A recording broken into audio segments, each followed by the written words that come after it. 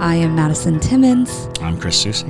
And we're paranormal specialists who live in the most haunted city on earth, Savannah, Georgia. Every day is Halloween in our line of work, so join us as we spin true tales of haunts, murders, and disturbing Savannah history.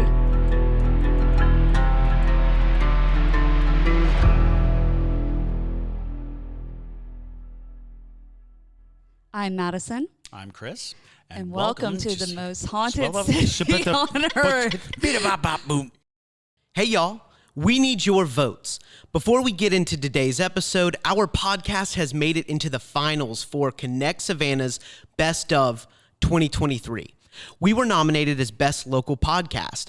I was nominated for Best Local Theater Director under the name John Taylor Timmons, and our theater where we filmed the podcast, the Savannah Underground, was nominated for Best Local Theater Production. It is an honor to be nominated, and it would help a lot if y'all went online and voted. You can vote daily. Yes, you can vote every single day.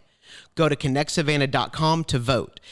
The podcast is listed under the media category, and everything else is under arts and city life. Let's be the first paranormal podcast to win this category. I'll post a link in the description and on Facebook. Hello, and welcome back to another episode of the most haunted city on earth. My name is Madison Timmons. I'm Chris Susi. And today we have a very special guest with us. We have Patrick from the Paranormal Society of Savannah with us. So that's super exciting. We love having ghost hunters on the show. So Patrick, would you like to introduce yourself? Sure. My name is Patrick Welsh. My dad is a senior, so I'm a junior. The lead founder and investigator of Paranormal Society of Savannah. Our headquarters is actually in Midway, Georgia, and we own a haunted coffee shop called Haunted Grounds Coffee because it is hauntingly good. I love that. That's so funny. It's a great name. We also are planning a paranormal fest, which we're calling Savannah Horror Fest, at the end of February 25th. We'll have some very special guests there, and we're looking forward and hope you all can make it out. Absolutely. Yes, so we'll be there. We'll be representing Mark McCullough, who y'all know from some earlier episodes on the podcast. He's going to be there. So if you have ever wanted to meet Mark McCullough, that's a good place to do absolutely. it. And also there's going to be all sorts of really fun guests. There's a paranormal clown performer? Yeah, Zazel. Yes. Yeah, he's a lot of fun. Yeah, so lots of really interesting people. We.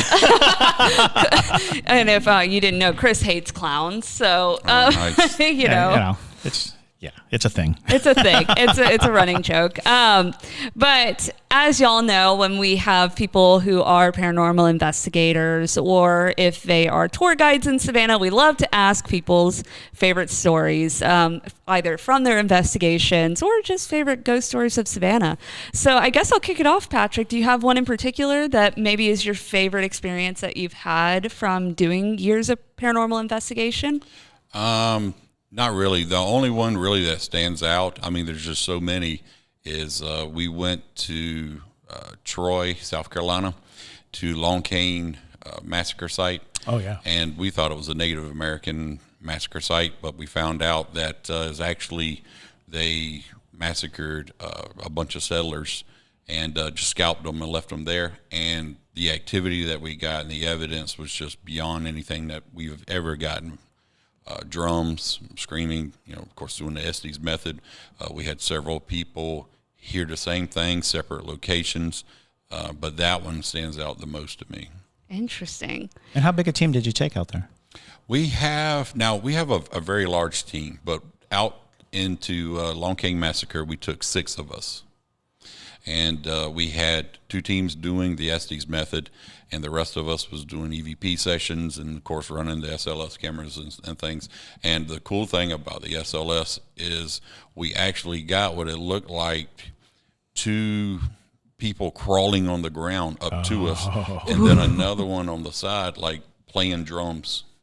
And so that was really good. And then on our actual evidence, you can hear the drums in the background, like faintly away. Do you have a place where you showcase your evidence? We do. We have been holding back a lot of evidence. Oh, sure. Just, because for us, it's kind of a hobby. Yeah, absolutely. And That's understandable. so we put out a little bit here and there, but now we've gotten to the point to where we're like, okay, this year we're really going to start pumping it out and let everybody enjoy it. Yeah, absolutely. I mean, and it's just a wonderful thing to see methods and methodology because, the Estes method is not that old. Many ghost hunters talk about it, but really to see it in action is an amazing thing. It is. And even more so, you're saying that you're just sitting down from a hunt, a series of hunts, yes? Yeah. Over the weekend? Hunts. Yeah, me and the team, we went to Plains, Georgia. We stayed at the Plains Inn. Antique historic center. There's only 7 rooms, and it was built. It used to be part of a bank, and then it was a general store in the early 1900s, and then about the 1920s, 19 teens, they built a funeral home on the 2nd floor. Oh my Lord! Delightful. They actually still have the pulley, and it still works to get the cadavers up and down. And one of the rooms was right next to it. Which was very active. So we had the whole 2nd floor to ourselves. There's only 7 rooms, and we rented all 7 rooms. We were able to just kind of have a run of a meal. Usually when you go to hotels, you got to be super quiet because of the guests and things. Well, this one here, we were able to do a full investigation. Wow. We also did the home where Jimmy Carter grew up as a boy from the 1950s, early 60s. Actually, Radar went on that one. Yes. Yeah, she was with us. Yeah, excellent. She actually came up Saturday. Right. And so we got to investigate the Rylander house, but in Plains, Georgia, they don't call it the Rylander house; they call it the haunted house. So love it. Everywhere we went, we were like, "Where's the Rylander house?" And they're like, "What?" And we would say, the haunted house, and they would say, "Oh, we know where that is." So we teach paranormal classes. Fantastic.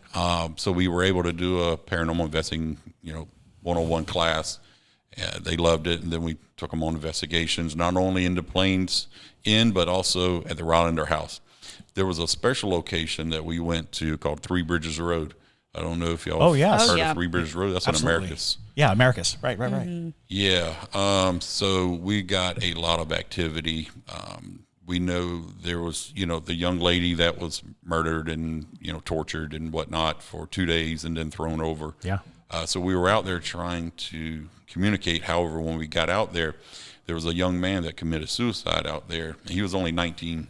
Oh. So, and this was Friday night, and we were out there, and we were getting some pretty good evidence. And then we just really got too cold, and we had been all over the towns. So the next day, we did the class, and then we went to Andersonville. And, you got to be careful of those cemeteries because you just want to respect, everything's going on there, so you don't want to do anything wrong. But the funny thing is there were so many people out there just coming up to us going, hey, can you come over and check this out? So the coolest part was about the cemetery to me was the 6 raiders that were hung out there. Right. Mm-hmm. Yeah. So they were like the ringleaders. Right. We tried to find, where the gallows were, but we got there kind of late, and they were closing up within like an hour, so we only had a little bit of time. We were trying to hit every place. So when we came back, part of the team broke off, and Radar was one of them. We had them take our VIPs to the Rylander house and investigate while we went to a couple cemeteries right down the road from there. So when we finished there, we were going to go to a place. We had ate at a barbecue place in Oglethorpe, Georgia, called Oglethorpe Barbecue. Sure. Yeah. And I called ahead. I'm like, do you have room for like 20, maybe 30 people? And she was like, when y'all coming? I said, well, we're actually in the parking lot. And she said, yeah, y'all come on. So we came in, and, the people in all those towns are just great. So then they all started telling us stories about in Montezuma called Two Churches Road. Oh, Two Churches Road. I've heard that one as well, yeah. So we were going to go out there, some of us, the little team that I had broke off to go out there. But something was telling us, no, we need to go back to Three Bridges Road. So we went by the hotel because our batteries were pretty much done. We wanted to pick up some batteries. And when we got there were like about 100 cars next to our hotel. So Sarah was like, one of our investigators, she's our senior case manager, was like, I'll go over and ask that couple what's going on. And we was like, yeah, let's do it. So she walked over, and then you saw her kind of take a step back, and then she come over. She said, y'all aren't going to believe this. That's the sister of the young man that committed suicide out there. And she is so glad that you guys are here. And she wants to know if she can come out, her and her husband, and try. And we was like, yes, absolutely. Right. How often does that happen? So it was like, wow, what are the chances of that actually happening? I mean, that's paranormal in itself, you know? So we gave them our phone number and said, give us a call. You know, when you want to head out, we're going to head out. About 5 minutes later, she called and said, hey, my brother wants to know if he can come. My sister wants to know if she can come. And our dad wants to know if he can come. Oh, wow. And we said, absolutely. They were a little upset because someone had went out there and spread a lot of false, information and stuff and threw it up on YouTube. Right. Of course, everybody knows that's a big no-no. And so when we talked to them, we asked, is it okay if we, film what's going on? By having them out there, when we started, it was just so emotional. There were so many people getting so emotional, and we were asking things. The coolest thing to me that we got from the investigation, as far as evidence, is we were doing the spirit box, and he said, if this is true and this happens, can you tell us what your nickname is that we call you? And it said Bug. And it just kept saying bug, bug, bug. And I said, I'm hearing bug. And the whole family was just started crying. And it was so cool. That's amazing. And so, but we got a lot of information like that. And what we found out was he was a huge paranormal investigator. He loved it. He went to Waverly Hills, they said. Fascinating. And was stuck there for 2 days. Because his car broke down and his phone died, so he was stuck up there for 2 days. But then he came back, and he was constantly going to Three Bridges Road and other places, 3 a.m. hanging out. And his sister said that he came home one night and just kind of wasn't the same. So they don't know if something may have attached or whatnot. Who knows? And so we were able to give them some comfort and some answers. They asked some answers, and apparently the answers that we were getting were true. So when we left, when they showed up, they were very somber, very, how you skeptical. Yeah, of course. But they left and were just so happy that we were able to help them get some answers. Absolutely. What happened. And the answers that we were getting was, one of the questions, his sister and his dad kept asking is, did this person shoot you? And it said, yes, no, yes, no. And they were like, yes, no. Is it yes or is it no? I said, no, it's probably yes, they did, but no, they didn't actually pull the trigger because they think he may have been murdered. So, yeah, that was so interesting. That is to get fascinating. that kind of stuff. So, Wow. between that and we called it a night after that, went back to the Lanes Inn and started doing Estes methods and stuff. Sure. So, yeah, it was great. It was a great weekend. That's amazing. And to clarify, are you bringing people on excursions, or is it just the team? No, it's basically just the team. Okay. A lot of times, a lot of the team members can't go. Well, we've kind of haven't been on a team investigation in a long time. Usually it's 4 of us, because you don't want as many as we had this weekend. Right. But everybody wanted to go, and it's kind of hard to say no, so we would split them up. Okay, you guys go to the Rylander house, you guys go here, so that, and then we'll switch up in an hour and a half. And that's how we are able to do it. So it works out, but we were actually going because there was some residents that asked us to come and put on a paranormal class. Fantastic. And so that was a lot of fun. The young lady that helped us get the Lions Club for us to use, and want to thank them, is Jimmy Carter's niece. Oh, wonderful. And I said, oh, cool. I said, well, who's your dad? And she said, Billy Carter. Of course, Billy Carter. And I was like, That's wow, right. so, and the Billy Beers everywhere. And the Billy Beer. Yeah, that's Up right. there, it's everywhere. So, Yes. yeah, it was a lot of fun. That's So, fantastic. the people were just awesome up there. Well, that's amazing. I mean, it's fascinating that you guys were able to get that level of interaction. But it does say a lot, of how we've talked about when you go on investigations, it helps to have an object from that person or from the time period, or even better to have family members. So it's like, that's outrageous. That's right. so incredible. And yeah, what an opportunity, Yeah. because very rarely do you get that kind of direct, Yeah. emotional, spiritual connection. That's incredible. Tell us, how did you get started? I got started at an early age. I was like about 5 or 6 years old. My grandpa was born in 1899, and he was 30 years older than my grandma. And I was born in Savannah. My dad, after Vietnam, got a job at the railroad. My grandfather worked at a railroad. Back then it was Seaboard, now it's CSX. Right. And they said, okay, we got a job for you, but you got to go to Columbia, South Carolina. So every other weekends, we would come back to Savannah, and we would stay with my grandpa. Well, my grandpa and my grandmother, they had probably 15 kids. So it's a large family. And I was staying with my grandfather because I liked hanging out with him and listening to all the stories. And one night I was woken up, and there was a man standing at the door, and it scared me because he was just really scary looking. And when he turned around, he had like these big holes in his back and everything. Oh. So the next morning, my grandpa was ready for coffee, and he was like, "Why are you so quiet?" And I said, "Who? You tried to scare me last night, you know?" And he said, "No." And I said, "Well, there was a man at my door." And he said, "What man?" Because it was just me, him, and my grandmother. And I said, "Well, he was a scary looking man." And he said, "Well, what did he look like?" So I described him with the curly mustache and everything. And he said, you just described my daddy. And I said, "Well, where is he?"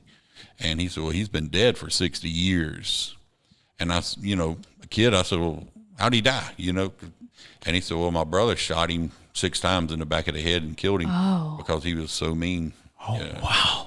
So he was very mean. They're from McRae, Georgia, Telfair County. Sure. So he was one of the meanest men in Telfair County. I think there was some books and excerpts everywhere around how mean he was, like showing up for church late. So famously mean. Yeah, he showed up for church like 3 minutes late or something, and then the preacher was like, if you can't get here on time, at least you're here. Well, he walked right up there and pistol whipped the preacher in front of everybody, and then he would make it a point to show up late at church, daring him to comment again. Right. Oh yeah. I mean, so and he drank a lot of moonshine, Sure. So he was, Well, when your son shoots you 6 times in the back of the head, Right. that tells you something about the quality of, of the relationship. certainly. Yeah. And I had never seen a picture of him until I was doing genealogies in my late 20s, early 30s, and someone showed me a picture, and And that was him. It just flashed back. Wow. I was like, wow, that was him. So, but then things like that. I mean, we've lived in places that were haunted that we didn't know. And I had a dog. I love horror movies, so I named him Cujo. He was a little pickapoo. And That's so cute. yeah, I was like 15, and he would do the slow walk thing and just stare at the walls and just growl at nothing. Sure. And this one day I was sitting at the desk, and I was looking, and he was doing this, and I used to throw stuff at him, telling him to stop because it would freak me out. Oh, sure. Well, then just out of nowhere, something picked him up and slung him and threw him into these bifold doors where we had our washer and dryer, and just slung him up there, and he took off and went running, and I took off outside. Sure. And I happened to be on restriction. My daddy's like, "Boy, what are you doing out here?" I said, "There's something in that apartment I've been telling y'all. I don't know what it is." He said, "If you don't get back in there, I said, I will take the spanking." Right. I'm not going back in there. So, but yeah, a lot of places. I grew up in Georgetown, Windsor Forest in Georgetown. Oh, sure. When I was 6 years old, we moved back, by the way. And there was a lot of things that happened in the house in Carolina.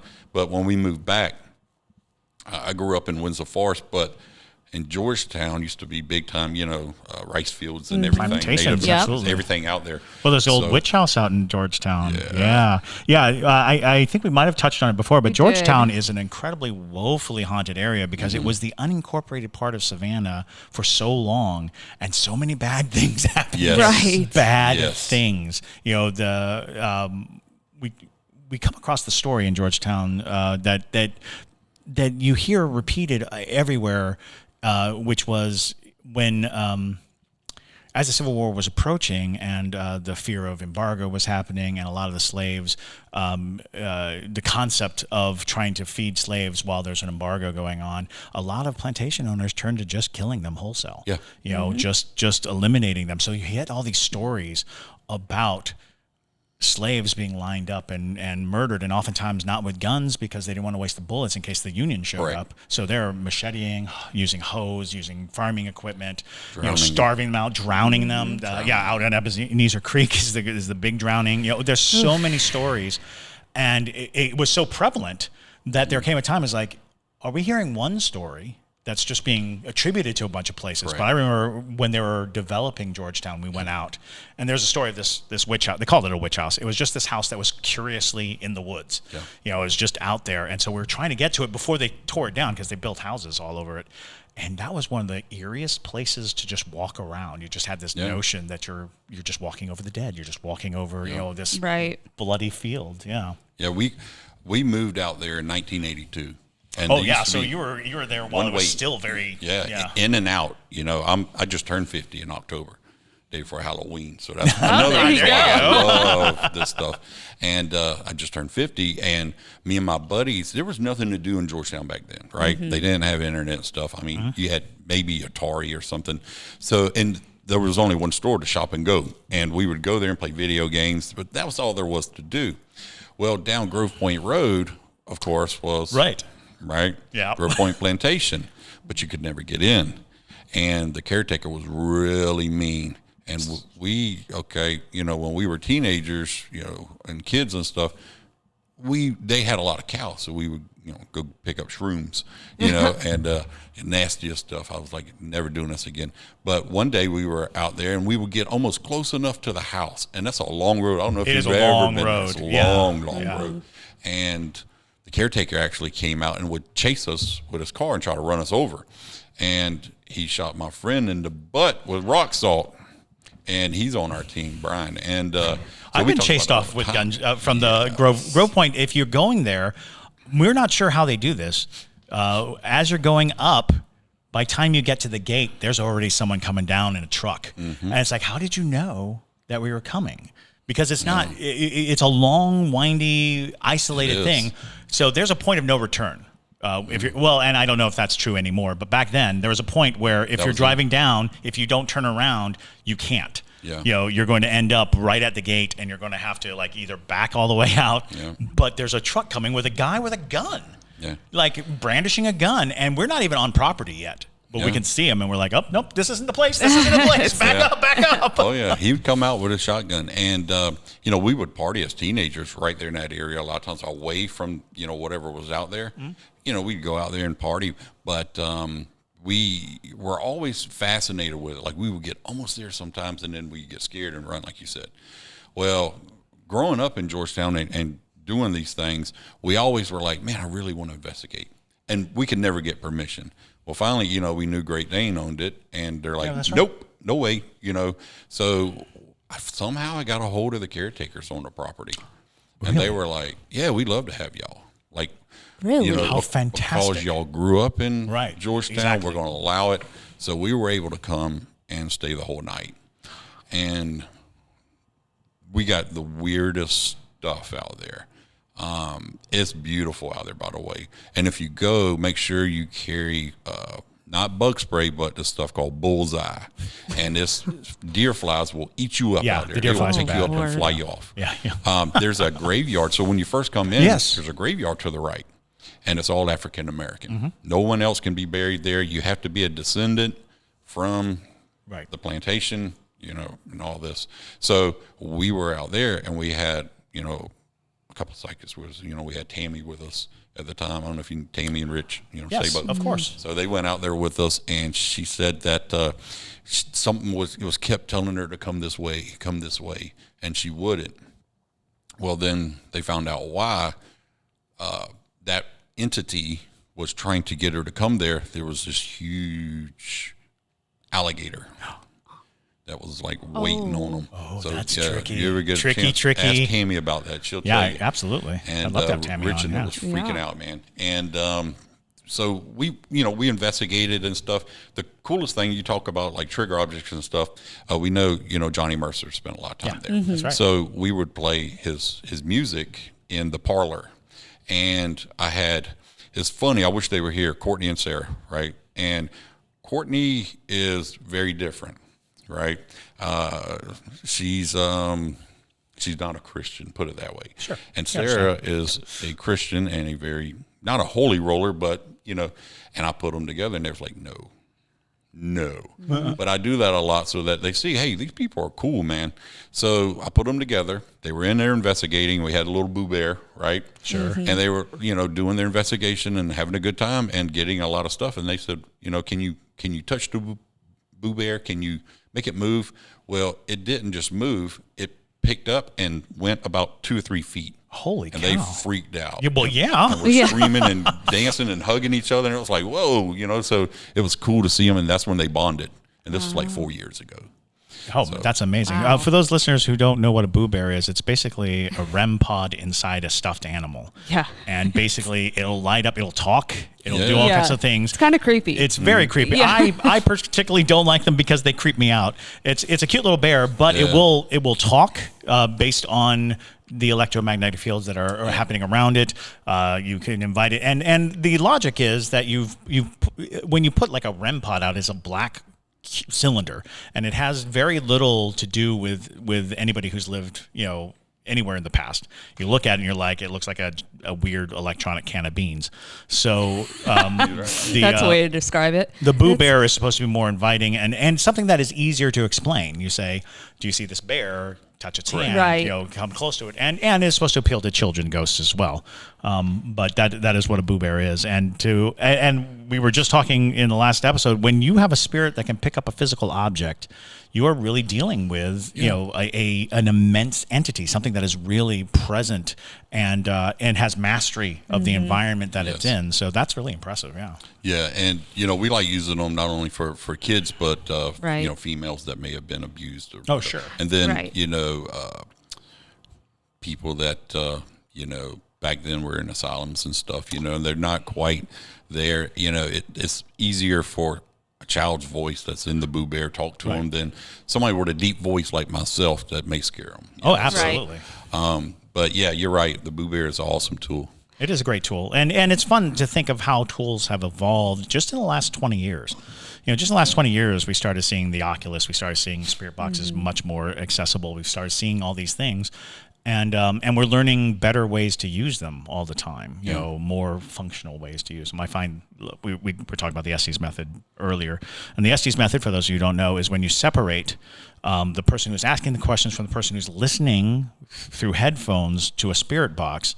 And they're utilizing the fact that they cannot hear the question, because when you hear a question, oftentimes you listen for the answer. Yeah. You're listening for anything that might suffice as the answer.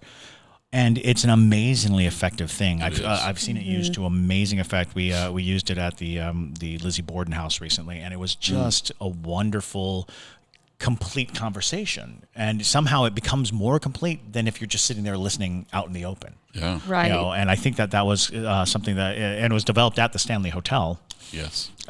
For that purpose, for the fact that we know that our expectations and our anticipations can alter the evidence. Yeah. So by putting someone who can't hear the questions, in charge of just listening, I'm really pleased that ghost hunting has become a little more, organized, because it was a Wild West. Yeah, well. Yeah, back because I started a long time ago. I started when I was 5 years old as well. And I'm about to turn 52 this year. So, we have a lot of the same textual memories because I came here in the early 90s, in my early 20s. So a lot of Georgetown hadn't been built up quite as much as it is now. So there was still wilderness to be had in that area. And so basically you get your friends and like, let's go, run through that cemetery. Let's go, let's go break into that abandoned house. Let's go do these things, because there wasn't a method. No. You couldn't contact caretakers. Yep. We didn't think, I should talk to the caretakers. You're like, okay, when they're not looking, you're going to climb under this fence. I'm going to jump over this fence. Fences and me, we have a long relationship, because ghost hunting used to be, how long can you be in a place before you get caught? Before you get caught, that's right. Well, and I mean, in some places in the U.S., it still is kind of like that. Or if you go over to England and Scotland and all that, JT and I went into, although they do have a right to roam law, which is very nice, because JT and I definitely did go into some places that I don't think we were meant to be in, but we went in them anyways. But on the topic of, utilizing different equipment for different spirits, I think that's an interesting point to bring up, because a lot of times people go on investigations and they just throw all their equipment out and they're like, let's see what happens. But it is important to sometimes acknowledge the background of the entities and what they're going to relate to, especially with children. You see a lot of times children relate to like the cat balls a lot and things like that. A lot of those. Oh yeah, cat balls are so much fun. Just in general, JT, when we went to investigate the Gray Face Museum, JT loved the cat balls. Cat balls were very exciting. But well, and that's another thing is even saying this red light. Yeah. The concept of red light sounds normal enough, but does it really translate? Does it come to a point where a spirit really understands it if they are pre-electricity? If they're you say red light and they're like, what do you mean? Again, and I always come back to this, ghosts don't have eyes, nor do they have ears, nor do they have vocal cords, nor do they have any of the things that we associate with how they develop senses. We're not certain of their limitations or their non-limitations. So a lot of times when we use visual cues or we use things like that, we're not taking into consideration that we don't know exactly what they're using as sensory. And that becomes, that conversation. Yeah. Because like even a bear gives it outline, gives it shape, gives it all these things. When you say light, it might be confusing. It might be, something, because I always liked when people would demonstrate, when they say, could you come like this? Can you move this? So that there's something more tangible for an entity that may not experience the world the same way we do. Yeah. And sometimes certain people are more likely to get an interaction with the entity because, if you have a spirit who has deep trauma with men, they might not want to come up to a man on the investigation. But if you put a woman in the room alone with them, sometimes they're more likely to interact. Or a place I would love to investigate soon would be the Hamilton Turner Inn, because there is a lot of common interactions that happen with pregnant women specifically. If we brought someone who was pregnant, it might give us a different, Sidebar, reaction. Have you heard that? Did we talk about it? Yes, about the possible abortion clinic. Yep. Yeah, because we had brought it up that I had, I'm mutual friends with a woman who runs a lot of the vintage markets and things like that in Savannah. And of course she knows my, interests and things. So she was like, I got to tell you about these places that I used to work in, because she's worked in a lot of the bed and breakfasts and whatnot. And she was like, I had to quit the Hamilton Turner Inn because, had never had an interaction with any of the spirits before. I had heard the kids and stuff and nothing crazy until she got pregnant. And she didn't even know she was pregnant yet. And she would feel someone trying to push her down the stairs. Oh, wow. And so as she got, further along in her pregnancy, basically the interactions got more and more intense. She was like, someone's trying to kill me or hurt my baby, and I can't work here anymore. And as soon as I told Chris that, he was like, what? He's like, wait, hold on. Right, because I've never found the evidence necessary for the rest of that story, but it was a very intriguing story that had come to me years ago, over 20 years ago. Sorry, that's a terrible sidebar. Yes. Back to the Paranormal Society of Savannah. When did you form the Paranormal Society of Savannah? So, me and my dad had been wanting to do this long before TV shows, like probably you guys. And, we would call downtown and look for, hey, do you guys have ghost tours? And they was like, no, we don't. Right. This was in the 80s. Yeah. And, really they didn't start becoming popular into TV shows and stuff. So we had always kind of did our own little thing, me and my dad. We would go to where my great-great-grandfather, had been shot and killed and all that. And way out in the woods, you got to trample a mile in the woods and it's just overgrown, and we would go out there and take pictures with our little Kodak cameras, right? Yeah. And go to 1 hour photo and spend a fortune to get them back so we could see what we got. And we would get stuff like that, but then we would just do things here and there on our own. But when COVID kind of came around, I was like, we had been talking about it forever, and I said, it's pretty much now or never. What if you get sick or I get sick or whatever, and we'll say, man, I really wish I'd have went ghost hunting with my dad. With, not a professional way, because we tell everybody, listen, we're not professionals, right? Sure. I don't know who is actually a professional. I'd say they're more experienced. We are always learning, right? Like Absolutely. Me and my dad were Freemasons and Shriners, and I'm like, we are always learning more and more and more. And so that's what we're doing, is we're learning more and more and more. And we hope to maybe one day, we don't call ourselves experts. Right. So I started just doing it, and I run the haunted house at, the Ailey Shrine. I was literally just talking about how wonderful the Ailey Shrine haunted house is, and what a program it was. It was a really well-founded and well-thought-out program. So, yeah. We try to really do the old-fashioned scares. Yes. And, finally we built it up to where, we were voted on some places like the #1 haunt in Georgia. And we were like, well, you've been Netherworld and all those places. And they go, yeah, but anybody can go and buy tens of thousands of dollars worth of props. Right, exactly. Right? Animatronics and stuff. You guys do the old-fashions. And I get it. So that's what we try to do. And we have a lot of fun with it. Yeah. Man. And so I've been doing it forever. Me and Miss Sharon, the mistress of the manor. Yeah. She's like 70. Oh, I'm sorry, Miss Sharon. She's also a banana nana. Yeah. Oh, one of the banana nanas. I love that. Yeah, absolutely. So, and she went with us to Plains, and fantastic. She's like my best buddy. We scare the crap out of people. We just love it. Yeah. And so, anyways, we've been doing that. We've been scaring people.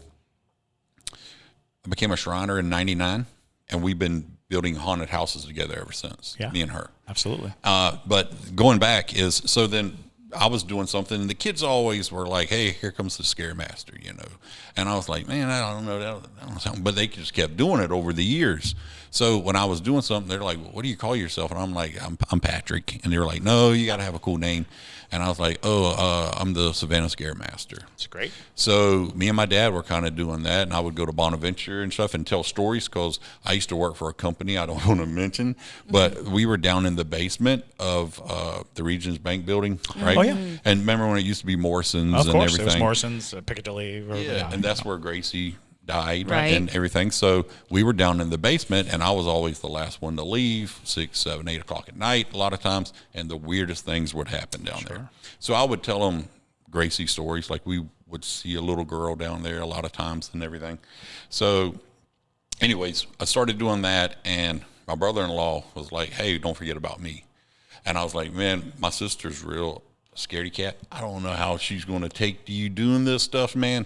And he's military, and so it's like, all right, come on. So then my buddy I grew up with, not the one that got shot in the butt, but the other one that used to sneak in with us, was like, I got a drone. Do y'all need a drone? We were like, yeah, we need a drone. Everybody needs a drone. Yeah. We were trying to find, we watch a lot of the shows, and we try to figure out, especially when there's a Savannah episode, like, we got to try to figure that out.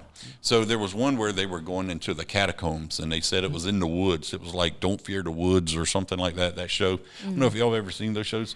So we were like, well, let's try to figure it out. We thought it was off of President Street across from the homeless camp. And so we were down there trying to figure it out. Couldn't figure it out. And so we would wake up on the weekends at like 4 a.m., pick us up, what equipment we had, and just take off. And not come back till 10, 11 o'clock at night. The way to do it, yeah. Right? And we would do that, man, for like 6 months. And we were getting burned out. And we had a lot of people, they would, kind of know what we were doing. It's like, we want to do it, and we would take people with us. And then some people just, you got to click. Right. You got to have fun, you got to click. So, and they weren't working out. So I was like, why don't we hold a class? Because people will say, well, how do you do this stuff? And we were like, well, we don't know, but we'll tell you what not to do.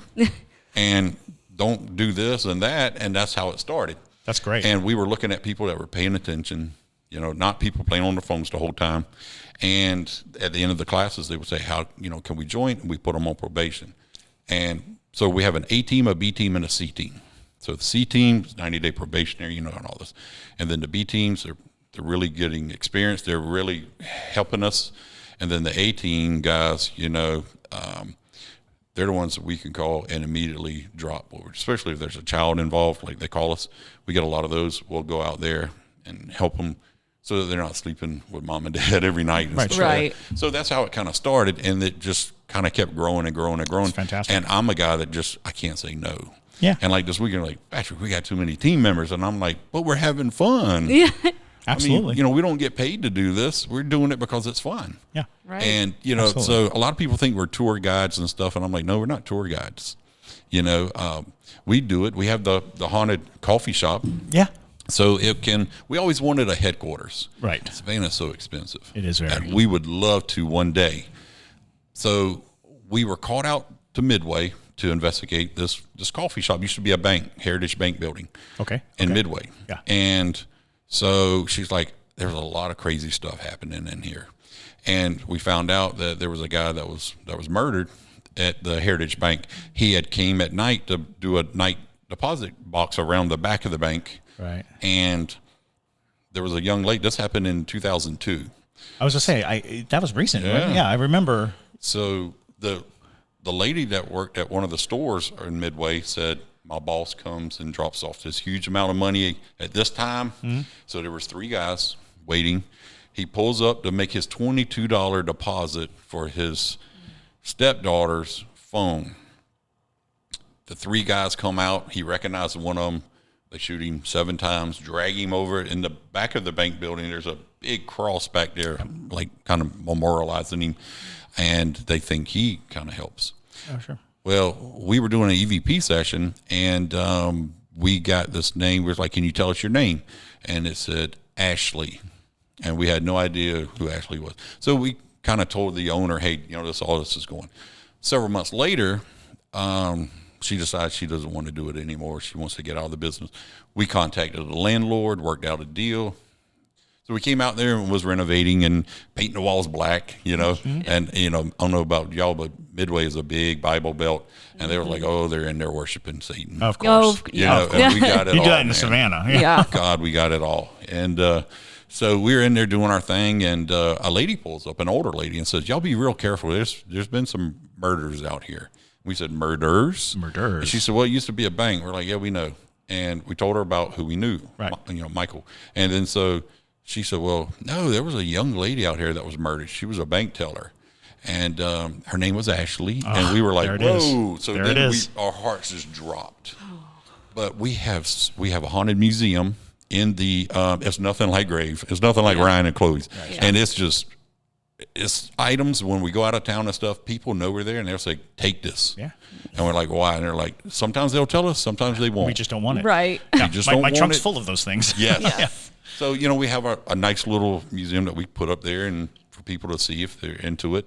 But, we sell coffee. We don't have baristas. We have baristas. And, we sell local art, but it's not your typical art. Sure. We want, spooky art. We want, a nice lighthouse like Tybee. Okay, well, can you paint a ghost coming out of it? Right. Stuff? So, we wanted something different. And it's brilliant. It's not for everybody, especially Midway. And their Facebook page just lit up with us about, we had a church that does a service on us like every Sunday, and we found out that's why they weren't coming. So I just happened to get on their Facebook page and said, hey, bring in your Sunday programming for a free cup of coffee. Well, we thought it was cool, but the preacher did so. Oh, sure. But hey, we got new customers. You gotta do what you gotta do. That's right. And I guess the lesson too, everyone listening, is follow your passion. Yeah. Find like-minded people. Go out. There are no experts. That is a tried and true thing. We're all still learning. Yes. Everyone, no matter how skilled or how experienced a person is, there's always room to learn because we don't have the answers. If we did have the answers, we would see a lot more evidence, proof. We would have a much better dialogue about it. So, take everything you hear with a grain of salt, but also take it with an open mind and go out and investigate. If you're interested, there are ghost stories around you. Every town has the haunted house. Every town has that one place. And now people are more open than they've ever been, to the idea of investigation, of looking and finding. So by all means, if you're thinking that you're removed from the action, if you think that you're in a place that is inaccessible or doesn't have ghost stories, you'd be surprised. I'm telling you, some of the craziest places that I've found is coming from people who lived in that area or grew up in that area.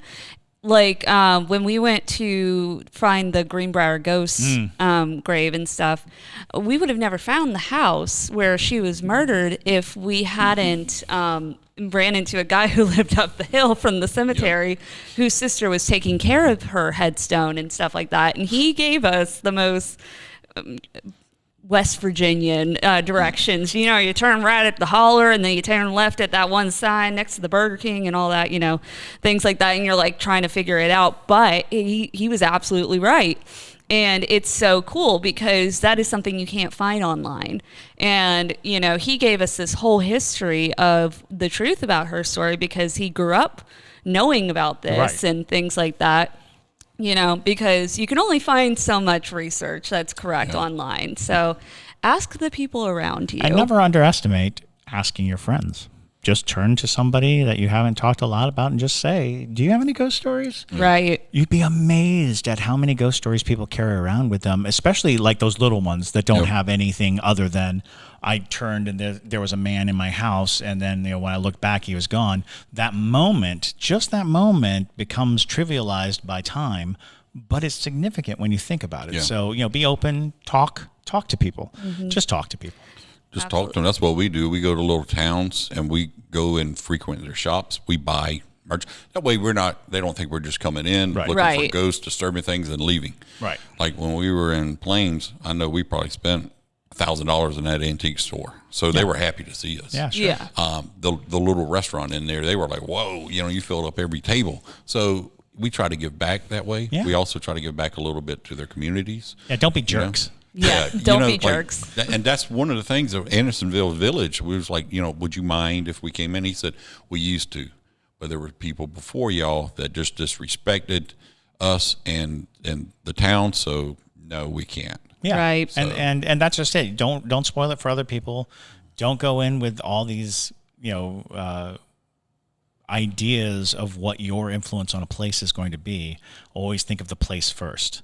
Because people do. They come in and they really think that they're entitled to these experiences. We are not entitled to these experiences. We're not entitled to other people's property. Right. Or, you can't just go running around. That was a terrible side effect of ghost hunting, at least, when I was starting out. If I took my friends out ghost hunting and we go back and we tell people stories, the next step was vandalism. Yeah. Vandalism follows ghost hunting a lot. So you need to be very cautious. You need to be very aware that if you open up the door for people, some people, they just don't have a lot of respect for property and people. So be as respectful as possible. One of the little tricks like we like to do is we get on, it's like, you're from Savannah or it's like, what's happening in Americas, so we'll get on there and join it and say, hey, does anyone know any ghost stories or anybody have any paranormal? And before you know it, those little 5 or 6, comment posts are 300 posts, and they're hitting us up personally. Yeah, if you guys come, I can take you to so-and-so. And so that's where we got a lot of it. No, and then, like when we come into town, the first thing we do is we always call the visitor centers or the historical societies when we get there, because they love that you're coming and they want to tell you the truth about this house or that house. You're going to get the best truth. You're going to get exactly, and they love it. So that's what we kind of do. And it's like, hey, and we'll tell them, listen, we'll take your tour. Yeah, we would love to. We pay for it and everything. Yeah. That's why we're here. We're here to learn, right? And then, we have investigators. We have one that's 12 that comes with her mom and dad, but she's very mature for her age. Sure. And we tell them, no cell phones, right? No candy, no, none of this. So, you bring your cell phone for your picture, no games. She is going to be the best ghost hunter ever. Sure. So, well, you start them early. Yeah, absolutely. One of the things I wanted to mention, Georgetown, because Georgetown has so many ghosts and stuff, and so many things people don't realize. So when you first come into Georgetown, there was like Food Line to the right. Yep. There used to be a farm, and we used to go there and get watermelons, and stuff from the guy. But there was a dirt road down Grove Point that led off. It was right before you get to the actual plantation and everything, the gate and everything. It was kind of before that, but it's to the left. It's right past that canal. Yeah. In those woods in there, a bunch of my buddies found out that there's a cemetery in here, and they led all the way back to 80, 1790 Right. and things. And a lot of them were slave markers and things or whatnot. So it was full of stuff. And we would go back there and late at night, we were kids and just get the crap scared out of us. It's a very scary thing. Yeah. And so as we got older, and now that we were doing this, we're like, we need to go back there. Well, they built houses on top of these graves, and they said they moved them, but they didn't. There's some kids out there playing football, just throwing footballs, and I was like, hey guys, have y'all ever seen anything out there? Like what? And I was like I don't know, like ghosts or something like that. And they was like, yeah, hold on 1 second.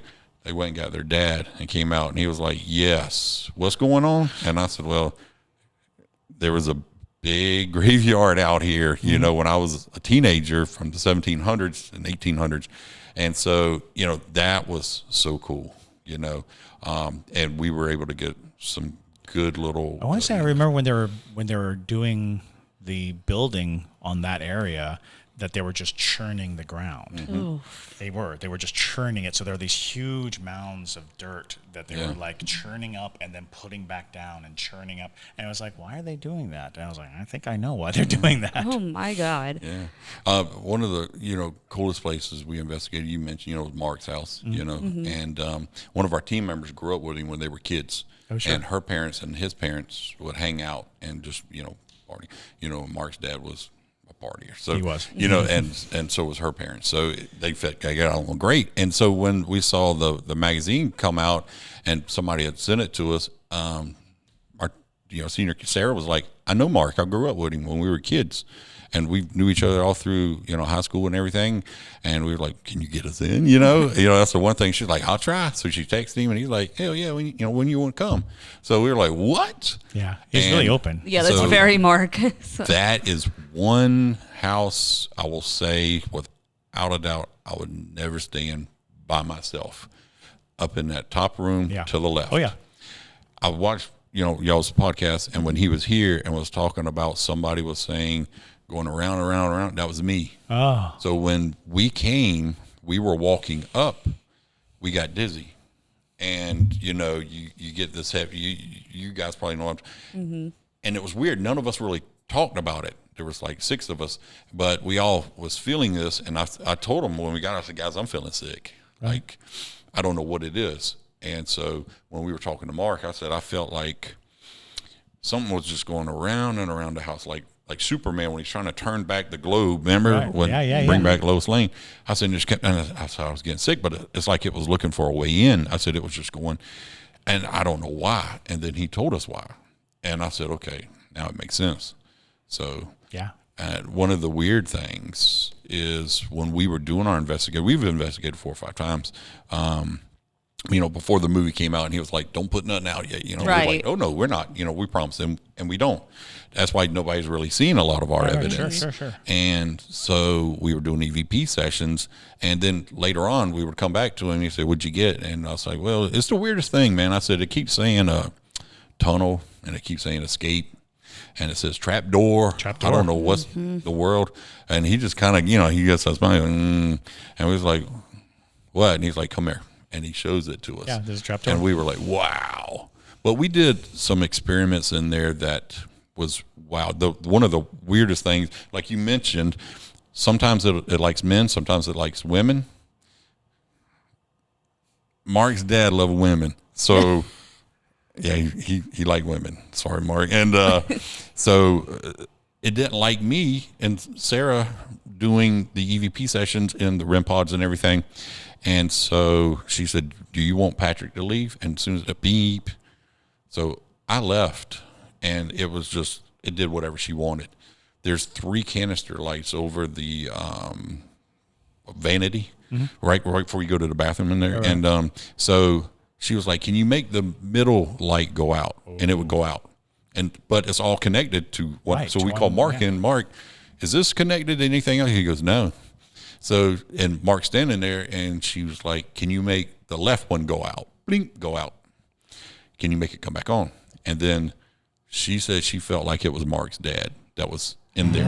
Interesting. And that, I once had a conversation with Mark, whether that was a possibility. Yeah. You know, and he was pretty adamant that he would know the energy of his father. Mm-hmm. So it's fascinating because I think there are countless spirits there, countless. You know, Right. like you talk about the girl. People have lots of experience with the girl, but you know, there's the music that comes out of the unfinished room. There's all these like other things. the so. blue mist or whatever. That that- unfinished room up there, we caught like this shadow of like a little girl. We're not sure what it was. You know, this was last year. You know. Well, and beyond the bathroom that you're talking about, we're going on, and this is a very specific house here in Savannah. It's Mark McCullough's house, and there is a room that is like ground zero for paranormal activity, and I haven't really seen anybody talk about this in any of those things, but beyond the bathroom, there's a door that goes to a very slender, long, and disorienting closet. Yes. You know, it's a weird closet. It's a strange closet, but when people talk of vortexes and they talk of things like that, that seems to be a big part of it. And we may actually end up investigating in the near future. I think Eni is in conversations with possibly getting one up and going. Wow. One of the weird things, so, you know, he's got his big studio upstairs. So we were all in there kind of going over evidence, and we were shooting some stuff, you know, for him and everything and helping him out with stuff. And so I was like, I got to go to the bathroom. So I went to go to the bathroom, and I was already feeling weird. And I went on to the bathroom. When I came back, the rocking chair was in the corner, and it was rocking. And I was like, nice guy, way to go. And I was like, yeah. I said, you know, if you're actually there, you know, make it go faster. And it started rocking faster. And I was like, yeah. I went right back in the room. I was like, I thought y'all were doing that. And they said, no, we've been there the whole time. So now the coolest thing is when we were setting up, when we first got there, the first time we ever did it, we were in the kitchen at the kitchen table, and we were setting up our cameras and everything. And Mark was kind of leaned up there, and he was drinking water, and the lights were just like going on and off, on and off, on and off and stuff. And we were like, does this happen? Because Mark was just drinking water, talking to us, and he was like, no big deal. And we were like, what the world? You know? And he was like, oh, yeah, that happens. Just, you know. But then not even a minute later, something pushed one of our investigators. Oof. And she landed like flat. And oh my gosh. She was like, I don't know what it is. I got pushed. And this is a no BS girl, you know, good old country girl, tough. And she was like, I don't know, you know, let me go catch my bearings and stuff. And so, that was one house, you know, you want to mention location, that's one that stands out. Mm-hmm. And I'm like, I would never stay in that house by myself. Well, if we do manage a investigation there, we'll invite you back for a postmortem. Absolutely. We'll talk about our experiences. Absolutely. Yeah. And see what we can get. And I'm interested to see if we record in his house how that goes, because it seems like his ghosts are very technologically advanced. Yeah. Yes. Because Kalani, when we had Kalani on the show a couple weeks ago, he was talking about how his camera came on and he wasn't. On. Yeah, and he wasn't even there. So, you know, there's things like that. I know Marcus talked about, you know, he's in the middle of self-tapes and things will happen with his cameras.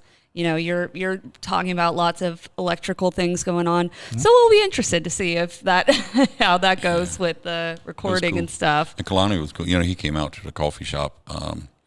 My cousins, they owned a Bell Mansion up in Fort Wayne, Indiana.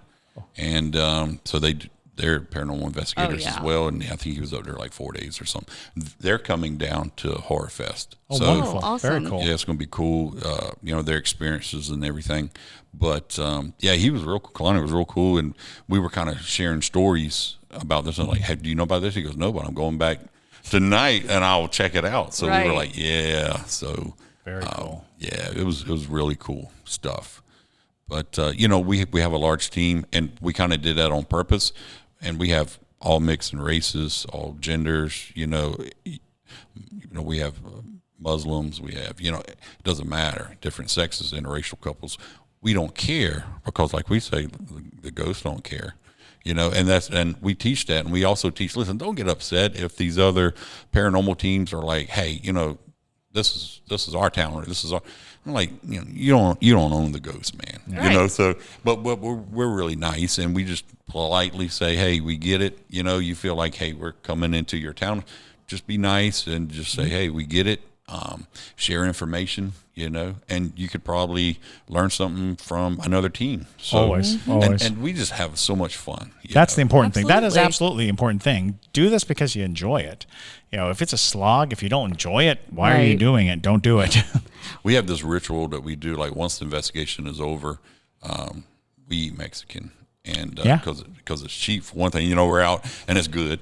And then we have margaritas and we just talk about who got scared or, who might have passed gas on the EVP recorder, like who did that, because you're sitting there and all of a sudden you see just put and you're like, really?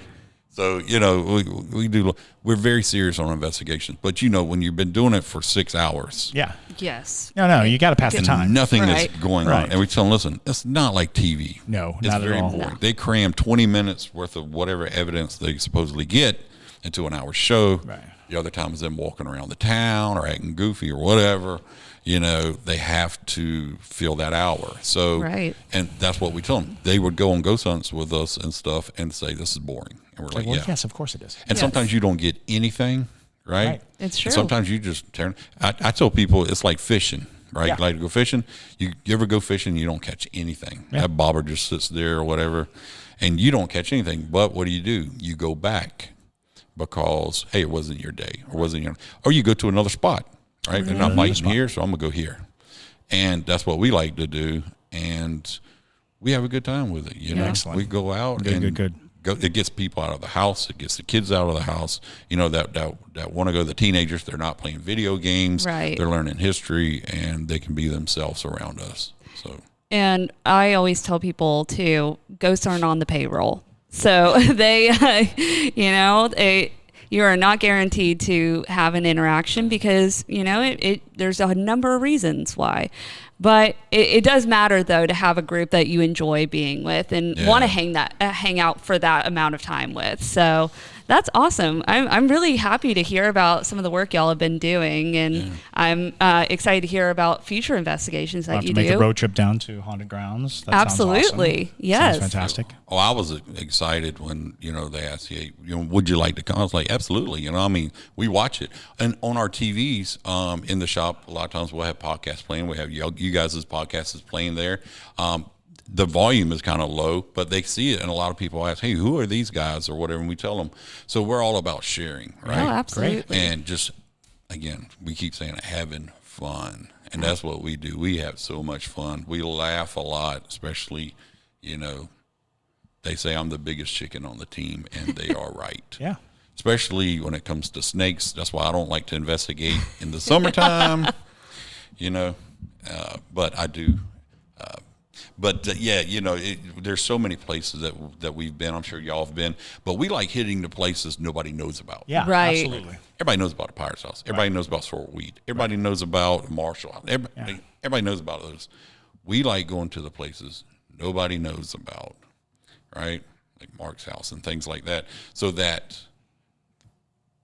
it's not drummed up for either business or ratings or Right. anything Right. like that. Not Right. saying Yeah. it's not haunted or whatnot, but to me, But it's been played out. it's it's like an old fishing spot you go to. Like, man, I used to tear them up here. Well, everybody knows about the spot now, Right. So, JT's it's one of nodding. those things. Yeah, and we're always looking to go out of town. Sure. We love it. We have our own general liability insurance. A lot of people Smart. Yes. Very smart. So we do that so that it protects us, right? One of our team members accidentally, in the dark bumps in this $10,000 vase. Well, we only pay the deductible. Hopefully, Right. Hopefully, ideally. Yeah, Yes. we hope. So, and that also helps But that us. just shows a level of responsibility. Yeah, and more that than helps anything gets else. us into places that normally like the place down in Clay County. And, between Jacksonville and St. Augustine, yeah. first thing they ask is, do you guys have general liability? Yes, we do. Yeah, well, absolutely. Y'all come on. So it helps get you into places. And it also shows, hey, these guys are pretty serious about what they do. Right. They take it seriously. They're not going to come in here and, graffiti the walls or tear up stuff or kick over tombstones or whatever Right, it is. Right. They're not going to take souvenirs. Yeah. So if they do, we've got their COI, and there we go. So we highly recommend that. There's a lot of, we have a check-off list that we have everybody check off before they go. Get your bug spray. Do we have our first aid kit? Do we have water? right? Wow. Hydrate because, and then, there's so many things that we check off. One of the things we teach too is the paranormal hangover, right? That's where, you get somebody that's really going to, you can use my energy. And we're like, are you crazy? Right. Be cool. Or like, you can use all our energy. Put him back in the car.